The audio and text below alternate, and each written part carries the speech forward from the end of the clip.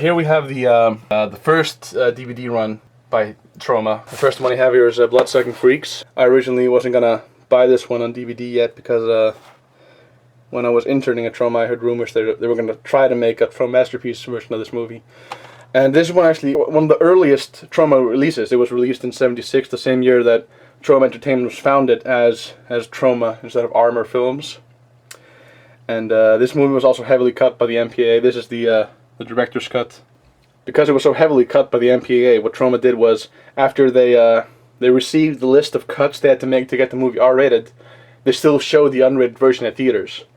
And what happened was that some mom went to the movie with her little kid. And they complained, and I don't know why they would go to a movie with this cover and name like Bloodsucking Freaks in the first place, especially since it was already R-rated. But this is the director's cut. And Joel Reed released another movie with Troma. He's not on the he doesn't do any audio commentaries or interviews. They got interviews with some of the surviving cast members, and Eli Roth does the audio commentary for this before he was famous.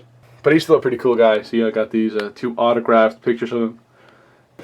And the second one here is the 1983 comedy classic Monster in the Closet. The guy who plays the monster is the one, I think his name is Kevin Peter Hall. He was also in Misfits of Science and plays the Predator in Predator 1 and 2. And he's really great in this movie. And this is actually kind of a parody on King Kong. This is the film debut of Paul Walker, who would go on to do Fast and the Furious movies, and Fergie from Black Eyed Peas, who dies in the beginning with John Carradine, who plays a blind man in the beginning, and he's probably the funniest guy in the movie. Another great movie is Igor and the Lunatics. I don't understand why this is the cover. If you Google search for images for Igor and the Lunatics, you can see like a bunch of cool posters and VHS covers, and they have all these different covers, but I don't know why they chose this one for the DVD, just the name. And a funny thing about this movie is it has a director, and then another director did the horror, action, and suspense sequences. Like two directors did that. And it's kind of funny because that's like the entire movie. It's nothing but horror, suspense, and action. But it does sometimes feel like three complete different movies. Some of the scenes happen like in the past, and are like obvious social commentary on Charles Manson and like communes and cults and stuff. And then we get like these action scenes with crossbows, and overall it's an entertaining movie, but it's kind of all over the place as well. And then we have Surf Nazis Must Die. I think this is one of my favorites. My favorite gang in the movie is the Samurai Surfers, and my favorite surf Nazi is Brutus, who never got the respect he deserves in the mass history of this movie. A lot of people talk about Smeg and Mangler and Adolf, but never seen a love for Brutus. And he had this cool harpoon. There are like really a lot of cool scenes with him, and in the end he gets like acid splashed in his face and he gets killed by his own harpoon. It's really cool. Beware Children at Play, which is also pretty graphic, but also kind of cheesy. And it's based on Beowulf and Grendel. It's actually kind of slow all the way up to the end, which features one of the biggest kid massacres in movies. Next is Chromis War. This one is autographed by Lloyd Kaufman. This is actually the movie that was so heavily cut by the MPAA that Lloyd and Michael started making more PG-rated movies with less gore. And it really is unfortunate because this is actually a really good movie. And it features pretty much the same amount of gore effects as RoboCop and Die Hard. Yet this was cut to pieces by the MPAA. Features also a lot of good 80s tunes. Here we have the Class of Nuke High trilogy. The first Class of Nuke High is Troma Classic. It's probably the most known Troma movie next to Toxic Avenger and Cannibal the Musical. Features a lot of good music from Stratus. It was originally just known as Nuke High during production, but Class of was added because of the popularity of Class of 1984. Also features a short cameo by Michael Hers. This movie was co-directed by Richard Hines, which was the Troma editor at the time. He edited Toxic Avenger and this movie and a bunch of others. Here we have Class of Nuke High 2, and here's Class of Nuke High 3, The Good, the Bad, and the Subhumanoid. The sequels are unfortunately not as good as the first one. It was directed by Eric Luziel, and this one stars Brick Bronsky in 3 different roles, and he's really good in all of them. This is probably the worst of the Class of Nuke High movies. It's pretty slow at parts. The best scene's probably a short cameo by Ron Jeremy as one of the professors in the school. This was actually a pretty expensive movie, I think, because there's a lot of cool car explosions and a lot of cool special effects, but plot-wise, the movie's pretty dead. And the next is another Eric Lucille movie, Fortress of America. And this is actually probably his best work. If you ever want to see a good Eric Lucille movie, I would recommend Fortress of America. It's a really good 80s action movie. One of the scenes is basically cut out of the movie for no reason, I think. The lead character starts a fight, and then the screen suddenly cuts to gray, and then the fight's over. I don't know if it's just my DVD, but it pretty sucks. This is one of the many movies produced by Lloyd Kaufman and Michael Hers, but filmed in California in the Los Angeles production studio offices. And here's a very underrated movie, Sergeant Kabukiman N.Y.P.D. This movie was produced by Namco, which is the company that made Pac-Man. This also features Rick Bronsky. This is his first appearance in the Troma movie, and he was so good in this movie that he got the lead in Class Nukem High 2 and 3. This also features a lot of other classic Troma actors, including Rick Collins in a short cameo. There's actually a short clip from the animation series that they were hoping to produce, and it really sucks that it wasn't produced because it looked pretty awesome. He could have been a really cool character. Next we have Death by Temptation, which features some cinematography by Lloyd Kaufman, if I remember correctly. Bill Nunn, Kadeem Harrison, and Samuel Jackson are featured in the movie, but it actually stars James Bond III, who also wrote it and directed it. And most of the cinematography was done by Ernest Dickerson, and this movie looks amazing. Now we're in the mid-90s of produced Troma movies. She's not in the movie. This is one of those cigar face collection. I don't know what's up with that. This is a funny spoof movie.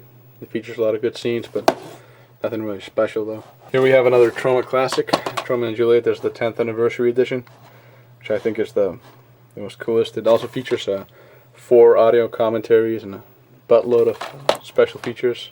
This is probably the most acclaimed Troma movie. It was written by James Gunn, who would go on to write and direct Slither and write Dawn of the Dead, the remake from 2004. There's also the first first Troma movie to feature Lemmy. He's the narrator of the movie, and it's pretty good. Next we have Decampitated. Features one of the best slashers of all time, in my personal opinion. A lot of the victims kind of just kill themselves, really. So, if you've ever seen Scream 3 or Woody Allen's Hollywood Ending, this is basically both those movies crammed together, made 40 years earlier. It's kind of a surreal movie because it's about the Troma crew shooting Toxic Avenger 4 and a killer kind of stalking them. It's like a special 2-disc edition that's kind of thicker than the other movies. It features a lot of kind of the new Troma cast, Trent Haga, Will Keenan, and Deborah Richan. Sort of the cast that was kind of assembled in the 90s and did a couple of movies together. And also features Trey Parker and Matt Stone as hermaphrodites in the end of the movie. And of course Lemmy as well. Some of my all-time favorite funny scenes are from this movie. And a lot of them are actually based on real events. The movie was partly based on Lloyd Kaufman's autobiography from '98. And then we have my favorite movie. This is Citizen Toxie, The Toxic Avenger 4. This is probably my all-time favorite movie. This is how I imagine movies should be made. This is the first Toxie sequel in 15 years, I think. If you're a Joe Fleischer fan, this movie features him as a pretty big character. He kind of gets small roles in Chromis War and Tromeo Juliet, and he has a pretty big role in Terra Firma, but he plays 2 roles in this, and he's really good in this movie.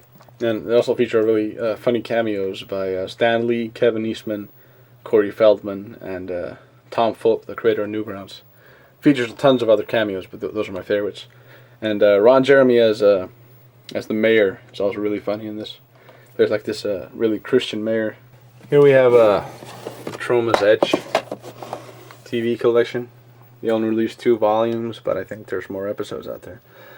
This was a show that Troma made in collaboration with Channel 4, and it was sort of a comedy sketch show that features a lot of scenes from the movies as well, kind of advertising the whole Troma universe. And Trent was really funny in this, and everyone was really funny in this.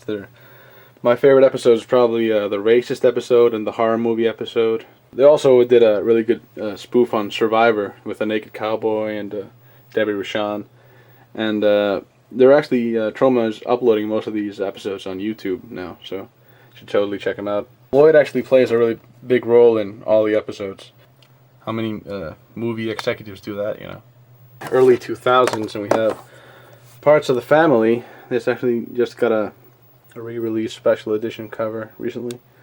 This is a Belgian horror movie by the same producers who did Rabbit Grannies and some other Troma movies that were shot in Europe. This is not one of my favorite Troma movies. It features a lot of cool gore effects. There's like one lady who gets a high heel in her eye, and that's a pretty good scene. And it features cameo appearances by Stan Lee and Ron Jeremy and Lloyd Kaufman. So if you're a Troma fan, you know, you should probably check it out. Tales from the Crapper, which I also have autographed here by Lloyd. Lloyd was just going to produce, but when he got the footage back, it was quote unquote unwatchable. So we got the Troma team together and he kind of did a bunch of reshoots, and he really did the best possible work to make everything funny, and featured a bunch of cameos. And the movie features Joe Fleischer and Kevin Eastman and Ron Jeremy, and it features really funny scenes and cool massacre scenes and a lot of cool gore and a lot of it's chock full of cameos. But the production values are really crappy, and they kind of make fun of that throughout the movie. So the movie's like constantly riffing on itself. So kind of makes up. They know it's bad. Next we have what's probably Lukaff's most acclaimed movie outside of Tromeo and Juliet, which is Poultrygeist. This is a brilliant social satire on the fast food industry, and really makes fun of the current zombie trend. The third act massacre is brutal. I think every character in this movie except two die in this movie. Like every character that's introduced and every character in the background die, except for like two characters. I would really recommend this. But I should tell you that it's a musical.